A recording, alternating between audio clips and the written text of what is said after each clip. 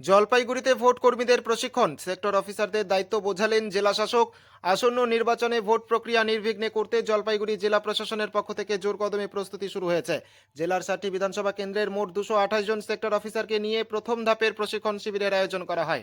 এই প্রশিক্ষণ কর্মসূচিতে উপস্থিত হয়ে জেলা শাসক শামা পারভিন আধিকারিকদের গুরুত্বপূর্ণ নির্দেশ দেন। যা যা করতে হবে: পোলিং পার্সোনাল এবং অন্যান্য ভোট কর্মীদের সঙ্গে নিরবিচ্ছিন্ন যোগাযোগ রক্ষা করা, নির্বাচনের দিন অর্থাৎ পোল ডের আগে নিজের এলাকা প্রতিটি বুথে পরিস্থিতি খতিয়ে দেখা, আইন শৃঙ্খলা বজায় রাখতে একাধিক প্রশিক্ষণ তাদের দেওয়া হয়। এদিনের প্রশিক্ষণ শিবিরে জেলা শাসক ছাড়াও উপস্থিত ছিলেন জলপাইগুড়ি সদরের মহকুমা শাসক তমজিৎ চক্রবর্তী, ধূপগুড়ি মহকুমা শাসক এবং অতিরিক্ত জেলা শাসক সহ অন্যান্য উচ্চপদস্থ আধিকারিকরা। ব্যুরো রিপোর্ট, একে টিভি বাংলা। কিন্তু আসেনি, ব্যাকই করেনি। তখন আমাদেরকে সারা রাত অফিসারকে ফোন করলাম, প্রিসাইডিং অফিসারকে। তো প্রিসাইডিং অফিসার চলে গেছে। এবার আমি বললাম তাহলে ঠিক আছে, তাহলে ভোরবেলা দয়া করে এসে 7টার সময় আবার আরসিতে দিয়ে গেছে।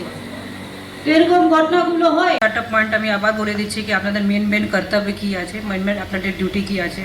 ইলেকট্রাল রোল দেওয়া হতে পারে যখন আপনারা এরিয়াতে যাবেন, তাহলে জিজ্ঞেস করতে পারে কি আমার নাম কোথায় আছে, কি আছে। তো এটা নাকি বলে দেবেন না এটা তো বিএলওর কাজ আছে, আমি জানি না। যদি কোনো কোয়েরি করতে আসে ওটা আপনারা বলতে পারবেন। এছাড়া এই সবগুলো আপনাদের একটু সার্ভে করে দেখে নিতে হবে কি এই সবগুলো ফন্ড পেয়ে গেছি, এটা স্টার্টও হয়ে গেছে কাজগুলো। তো আপনারা যখন দেখবেন, যখন আপনারা ভিজিটে যাবেন, যদি আপনাদের নজরে ঠিক করে হয়নি, কাজ দরকার আছে, আপনারা ইমিডিয়েটলি কনসার্ন যারা এই আরও আছেন